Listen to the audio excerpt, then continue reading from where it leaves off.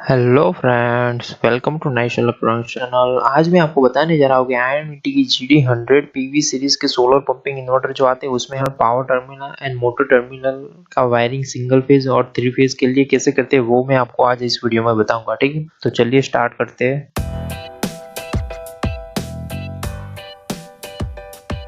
सबसे पहले हमारी जो इन्वर्टर आती है उसकी नेम प्लेट पर क्या लिखा वो मैं आपको एक बार समझा देता हूँ कि हमारी ये नेम प्लेट है तो इस पर सबसे पहले इसका मॉडल जो भी होगा वो मॉडल नंबर लिखा होगा। ठीक है, कि ये GD100 है 2R2G-S2-PV, मतलब ये पीवी इन्वर्टर है। ठीक है, सोलर इन्वर्टर है, उसके लिए यहाँ पर पीवी लिखा होता है। S2 वो क्या इंडिकेट करता है, यहाँ पर देखिए ये पैरामीटर P15.39 में आपको ये मॉडल कौन सा है वो आपको इंडिकेट किया होगा। ठीक है, यहाँ पर देखिए S2 लिखा है तो उसका मीनिंग क्या होगा कि आप 220 वोल्ट सिंगल फेज इनपुट है और थ्री फेज आउटपुट है। ठीक है, यहाँ पर S2 की जगह पर SS2 होगा तो उसका मीनिंग क्या होगा कि ये 220 वोल्ट सिंगल फेज इनपुट है एंड सिंगल फेज आउटपुट है। तो ये दोनों में डिफरेंस क्या है कि इसमें सिंगल फेज आउटपुट मिल सकता है और इसमें ओनली थ्री फेज आउटपुट ही हमें मिल सकता है। ठीक है, तो ये जो मॉडल है हमारा, ये हमारी जो कैपेसिटर वाली मोटर आती है उसमें ये SS2 वाला मॉडल यूज होता है। ठीक है, ये S2 थ्री फेज जो 220 वोल्ट आती है उसके लिए यूज होता है, मगर इसमें क्या है कि इनपुट सिंगल फेज है। सिमिलरली इसमें 2 होगा तो उसका मीनिंग क्या होगा कि 220 volt three phase input three phase output. तो ये दोनों में डिफरेंस क्या है कि इसमें सिंगल फेज इनपुट है, इसमें थ्री फेज इनपुट है, आउटपुट दोनों में सेम है। और ये इसमें 4 होगा तो उसका मीनिंग क्या होगा, 380 वोल्ट वाला इन्वर्टर आता है उसमें ये 4 लिखा होगा। इसमें क्या थ्री फेज इनपुट होगा और थ्री फेज आउटपुट होगा, मगर डिफरेंस क्या है कि उसमें जो वोल्टेज होगी वो 380 वोल्ट होगी। ठीक है, और चलिए मैं आपको इसका पावर दिखाता हूँ। यहाँ पर पावर लिखा होगा 2.2 किलोवाट का, ये हमारा जो इन्वर्टर वो 2.2 किलोवाट का है। ठीक है, यहाँ पर इनपुट लिखा होगा, इनपुट डीसी कितना है, ये 150 से लेकर 440 वोल्ट तक डीसी ये इन्वर्टर को दिया जा सकता है। ठीक है, और अगर आपको इनपुट में एसी भी कनेक्ट करना है तो लाइन न्यूट्रल में आप 220 वोल्ट इसमें दे सकते हैं। और ये इन्वर्टर आउटपुट हमें कितना देगा कि एसी थ्री फेज आउटपुट देगा। थ्री फेज आउटपुट 0 से लेकर यू इनपुट, हमने इनपुट में कितने वोल्ट दिए उतने तक मैक्सिमम ये आउटपुट हमें देगा। आपको ये पैरामीटर में जाकर आपको देख लेना है कि आपका जो मॉडल अभी सिलेक्ट है यहाँ पर 0 1 2 3 वो सही है ना आपकी मोटर के हिसाब से, वो एक बार आपको चेक कर लेना है। तो चलिए मैं आपको उसका पावर टर्मिनल का कनेक्शन कैसे करते हैं वो मैं आपको दिखाता हूँ। अभी पावर टर्मिनल कनेक्शन में देखते हैं तो यहाँ पर हमें क्या करना पड़ेगा, जो ये प्लस माइनस है तो हमारे जो सोलर पैनल में से जो दो एक पॉजिटिव नेगेटिव आ रहा है उसका हमें कनेक्शन यहाँ पर करना होगा। ठीक है, ये प्लस और माइनस में ये RST हमें इनपुट सप्लाई कनेक्ट करना है तो कर सकते हैं, वरना इसको खाली भी छोड़ सकते हैं। यहाँ पर UVW में हमें मोटर का कनेक्शन करना है। सिमिलरली हमारा जो डैश S2 या डैश SS2 वाला मॉडल आता है तो उसमें क्या करना है, यहाँ पर पॉजिटिव नेगेटिव में हमें जो सोलर पैनल में से जो पॉजिटिव आ रहा है उसको पॉजिटिव में कनेक्ट करना है और नेगेटिव आ रहा है ब्लैक कलर का उसको हमें नेगेटिव में कनेक्ट करना है। ठीक है, यहाँ पर हमें इनपुट वोल्टेज लाइन न्यूट्रल में 220 देना है तो दे सकते हैं, वरना इसको खाली भी रख सकते हैं। और इसमें S2 मॉडल होगा तो क्या होगा कि हमारी जो मोटर वो थ्री फेज वाली है तो हमें उसका कनेक्शन UVW तीनों में करना होगा।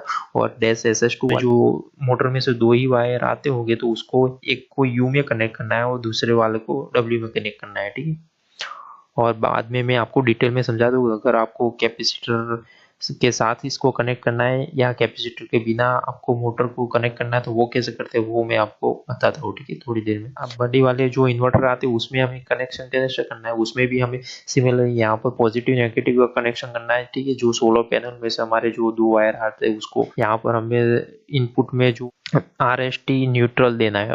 ठीक है, मतलब क्या है कि ये थ्री फेज देना है और न्यूट्रल भी हमें इसमें कनेक्ट करना पड़ेगा। ठीक है, तो और UVW में हमें हमारी मोटर को कनेक्ट करना होगा। ठीक है, इसमें हम कनेक्ट करना चाहे तो कर सकते हैं, वरना इसको खाली भी हम रख सकते हैं। ठीक है, तो चलिए मैं आपको यहाँ पर जो SS2 वाला मॉडल आता है उसमें हम मोटर का कनेक्शन कैसे करते हैं वो मैं आपको एक बार दिखाता हूँ। ठीक है, तो यहाँ पर जो सिंगल फेज मोटर हमारी आती है तो उसमें हम जनरल क्या होता है कि उसमें दो कैपेसिटर लगे होते हैं, एक तो ये हमारा रनिंग कैपेसिटर है और ये हमारा स्टार्टिंग कैपेसिटर, ठीक है।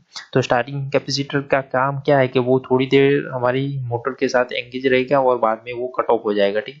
तो जो सिंगल फेज मोटर है उसमें से सिर्फ 2 ही वायर आते होंगे, एक तो ये वाला और दूसरा ये वाला। तो हमें कनेक्शन कैसे करना है वो एक बार देख लीजिए कि यहाँ पर जो एक वायर आता है जो हमारे कैपेसिटर के साथ जुड़ा होता है और हमारी जो मेन वाइंडिंग है उसके साथ जुड़ा होता है, तो उसको हमें कनेक्शन करना है, यू में कनेक्ट करना है, ठीक है। और जो भी दो वाइंडिंग का लिंक करके हम जो दूसरा वायर आता है उसको हमें कनेक्ट करना है, डब्ल्यू में कनेक्ट करना है, ठीक है, डब्ल्यू फेज में। और अगर आपने अभी इसे कनेक्ट यू और डब्ल्यू में कनेक्ट करने के बाद आपने अपनी जो इन्वर्टर है उसको स्टार्ट किया मगर आपका मोटर वो चालू नहीं हो रही, तो आपको इसमें क्या करना पड़ेगा कि आपका जो कैपेसिटर है आपको निकाल कर फिर से आपको इसका कनेक्शन करना पड़ेगा, क्योंकि हमारे जो दो फेज के कारण क्या है मोटर अपना लोड नहीं उठा पा रही। तो उसमें हमें क्या करना पड़ेगा कि यहाँ पर देखिए, यहाँ पर हमें जो कैपेसिटर आते हैं उसको हमें रिमूव कर देना होगा, ठीक है। जो कैपेसिटर, दोनों कैपेसिटर को हमें रिमूव कर देना है। बाद में हमें कनेक्शन कैसे करना है वो एक बात देख लीजिए कि यहाँ पर जो हमारा दो वाइंडिंग का कॉमन आता है उसको तो हमें डब्ल्यू में ही कनेक्ट करना है, ठीक है। दोनों वाइंडिंग का जो कॉमन आता है उसको हमें डब्ल्यू में कनेक्ट करना है, ठीक है। बाद में जो स्टार्टिंग वाइंडिंग में से जो भी ये वायर आता है उसको हमें वी में कनेक्ट करना है और जो वो रनिंग वाइंडिंग में से एक वायर आता है उसको हमें यू में कनेक्ट करना है, ठीक है। तो ये हो गया हमारे जो सिंगल फेज मोटर का कनेक्शन। हम उसको कैपेसिटर के साथ होगा तो उसको कनेक्ट कैसे करते हैं और कैपेसिटर के बिना हम उसको कैसे कनेक्ट करते हैं हमारी इन्वर्टर में, तो वो मैंने आपको बता दिया, ठीक है। और अभी भी आप जानना चाहते हैं कि आईएनवीटी की GD100 PV सीरीज़ के सोलर पंपिंग इन्वर्टर में हम control terminal wiring and programming कैसे करते हैं, बेसिक प्रोग्रामिंग, तो ऊपर आई बटन या वीडियो के लास्ट में आपको नोटिफिकेशन मिल जाएगी और नीचे डिस्क्रिप्शन में भी मैं उसकी लिंक डाल दूंगा, उस पर जाकर आप वो वीडियो देख सकते हो, ठीक है। और अगर आपको इस वीडियो में भी कोई भी डाउट है तो मुझे नीचे कमेंट में लिख सकते हो, मैं उसका आंसर ज़रूर दूंगा। और आपको ये वीडियो थोड़ा भी हेल्पफुल लगा हो तो इस वीडियो को लाइक, और आप ऐसे ही नए नए सोलर इन्वर्टर और VFD के बारे में जानना चाहते हो तो मेरे चैनल को सब्सक्राइब करना मत भूलिएगा। So thank you friends for watching this video and have a nice day.